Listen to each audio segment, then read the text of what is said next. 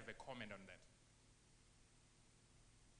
That is a consequence of the post-Snowden revelations, and that is a legitimation of the Shanghai Consensus, which favors technological sovereignty rather than an open internet.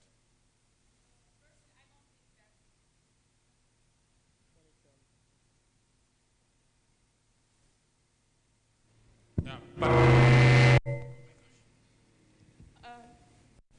so I don't think that it's anything related to the Snowden revelation, let's say, because it's more about the timing, I would say, because some network, let's say, years ago, some network shutdowns were happening, but that was not so many subscriptions in the internet.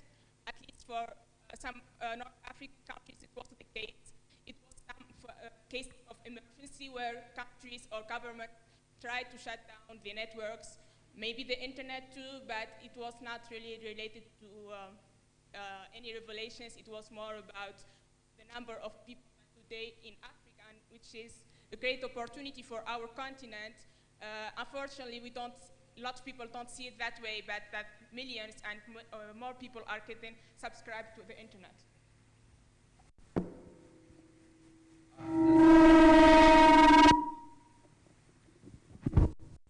Just to add on that, we can note that the internet shutdowns is not like something that happened after the Snowden revelations only. Post the Arab Spring in Egypt and parts of the MENA, north part of Africa, there were attempts at shutting down the internet.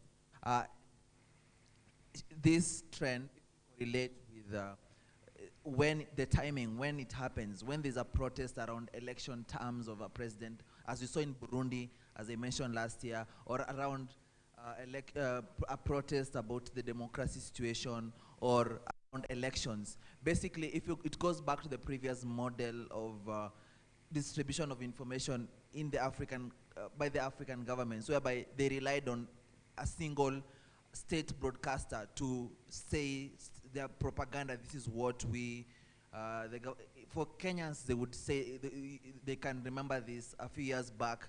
There was only one channel, KBC, that could start with the president has been here, the president, everything, the narrative, changing the narrative.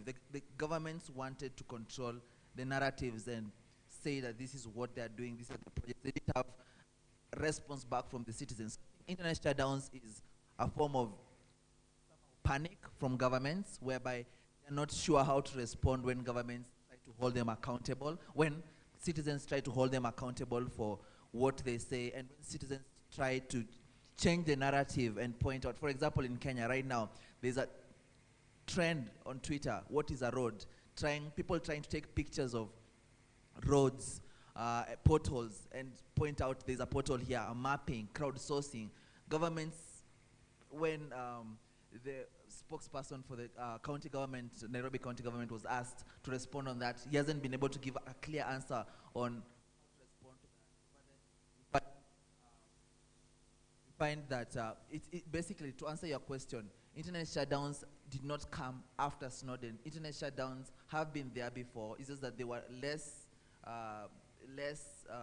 impactful and there were fewer users. So that's why it was not noticed.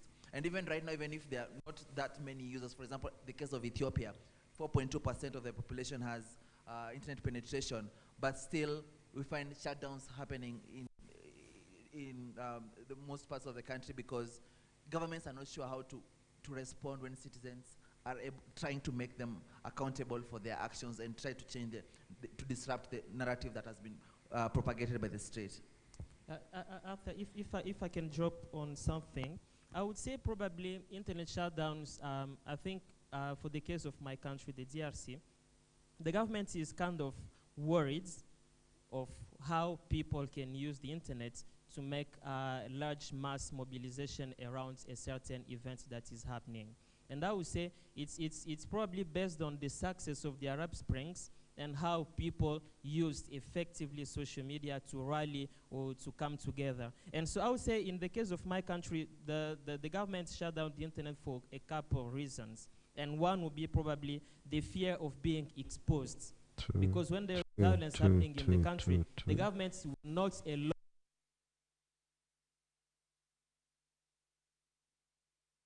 people who've been injured or whatever. And so the government is like, hey, if we don't shut the internet, people will keep on posting pictures and the world will know what's going on in the country. I would say also another reason would be the fear of, because they won't be able to contain the mass or the large number of people who are now on the streets because of protests, who are now protesting.